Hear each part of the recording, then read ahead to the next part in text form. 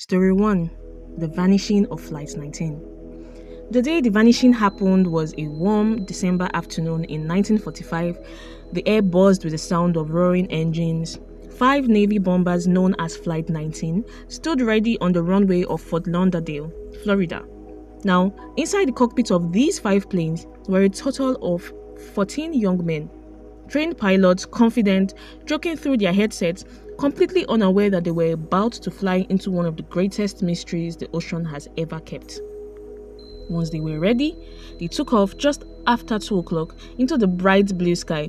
You see, they were given a simple mission: do a 3-hour navigation exercise over the Atlantic and come back home before sunset. But the sea that day had other plans. An hour into the flight, everything seemed very fine. The men were relaxed, their formation was tight, and then the first sign of trouble crackled through the air. The head pilot spoke first. "Mayday, Mayday. Control tower, this is FT-28. Both my compasses are out. I don't know where we are." Immediately, the radio room went silent. The control room operator was confused, so he leaned close to his headset and asked, "What's your position, Flight 19? There was silence. Then the pilot spoke again. This time, his voice was low and uneasy. "We may have gotten lost on that last turn. Nothing looks right. The ocean doesn't look right." Now, back at base, officers gathered together, talking and exchanging confused glances. It made absolutely no sense that 5 planes flying in formation could all lose their bearings at once. I mean, the weather was clear and the sea was calm, so how could that have happened? Back in the planes, the pilots began to argue over direction. Some insisted they should turn west towards the Florida coast, but their leader, Lieutenant Charles Taylor, told them that he was certain that they were already over the Gulf of Mexico. The men under him really wanted to question it, but rules are rules, and they had a leader and they had to obey him. So yeah, they decided to follow him. Minutes passed, then hours. Their fuel was starting to run low. Their radios faded in and out, and just then, their last intermission came at dusk. "We can't tell where we are. Everything looks wrong, even the sea." And then, silence. 5 planes, 14 men, all gone. The Navy immediately sent a massive search operation. Ships, aircrafts, thousands of square miles of the ocean was combed that night. Strangely, that same night, a rescue plane with 13 crew members was sent just to search for them. But just 20 minutes after takeoff, that rescue plane disappeared too. There were no explosions, no traces, no distress signal. It was as if the sky itself had opened up and swallowed them whole. A few days passed, and when nothing showed up, the search was expanded by the authorities. More than 250,000 square miles of the ocean were scanned, but not a single piece of wreckage was ever found, not even a body. And so, in the official report, the Navy only could write 2 haunting words: cause unknown. Since then, theories have been flooding in. Some say the Bermuda Triangle's magnetic field disrupted their instruments. Others whisper about rogue waves, alien abductions, or even a slip in time. But none of it can explain how 5 planes and 1 rescue crew vanished without a trace.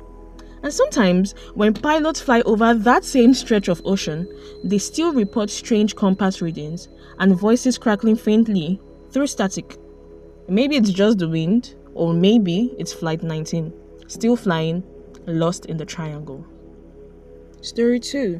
The Witchcraft Yacht, the boat that called for help and then vanished. It was the night of December 22nd, 1967. It was Christmas time in Miami, and Captain Dan Borak, a wealthy hotel owner and experienced sailor, decided to take his friend Father Patrick Horgan, a local priest, out on his pride and joy, a 23-foot luxury cabin cruiser named the Witchcraft. It wasn't supposed to be an adventure, just a peaceful night on the water, a few miles away from shore, sipping drinks and watching the city sparkle. Before leaving, Burak smiled at his wife and said, "Don't worry, honey. We'll be back before midnight." Just showing Father Patrick here how beautiful Miami looks from the sea. At 9 p.m., the Witchcraft eased away from the dock, its engine purred softly, the waves whispering against the hull.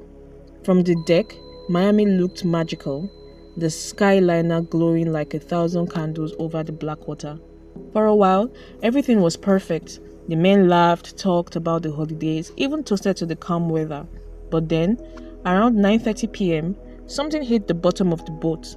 A heavy thud that made the deck vibrate. Burak frowned. He checked the cabin, and there was no flooding. The boat wasn't sinking. Just to be safe, he picked up the radio and calmly called the Coast Guard. "This is the Witchcraft. We have hit something. We are not sinking, but might need a tow." The operator responded, "Roger that, Witchcraft. Stay put. You are less than a mile from shore. Help's on the way." Burak sounded calm, even cheerful. "No rush, boys. We're just enjoying the view." The Coast Guard dispatch noted the exact coordinates, 1 mile off the Miami shoreline, and immediately sent a rescue boat. 19 minutes later, they reached the location, but there was nothing there. No lights, no vessels, no sound, just calm, flat ocean and the distant glow of Miami, still shining like a promise that something was safe nearby. The rescuers circled for hours, expanding their search grid. They called out over radios, fired flares into the air, and nothing. At dawn, helicopters joined in, scanning miles of ocean. Still, no Witchcraft, no debris, no oil slick, no trace that the two men ever existed on that sea. It made no sense. The Witchcraft wasn't a small wooden boat. It was a heavy yacht with special flotation gear that made it nearly impossible to sink. Even if it capsized, it should have remained visible. Yet it had vanished in calm weather under clear skies barely a mile from land. For the next 6 days, the Coast Guard combed over 1,200 square miles of ocean. They found nothing. Not a life jacket, not a rope, not even a floating cushion. The official report listed it as unsolved disappearance. But sailors who knew those waters had another theory. They whispered that Burak and Father Horgan had unknowingly drifted over a dark point of the Bermuda Triangle, where compass readings go mad and time itself slips. Others claimed that a freak rogue wave swallowed the yacht in seconds, pulling it under before the men could react. But one haunting detail keeps the story alive to this day. The Coast Guard said Burak's tone never changed. He was very calm, he was steady and completely unafraid. He truly had believed help was only minutes away. And maybe help did come, but just not from the world we know.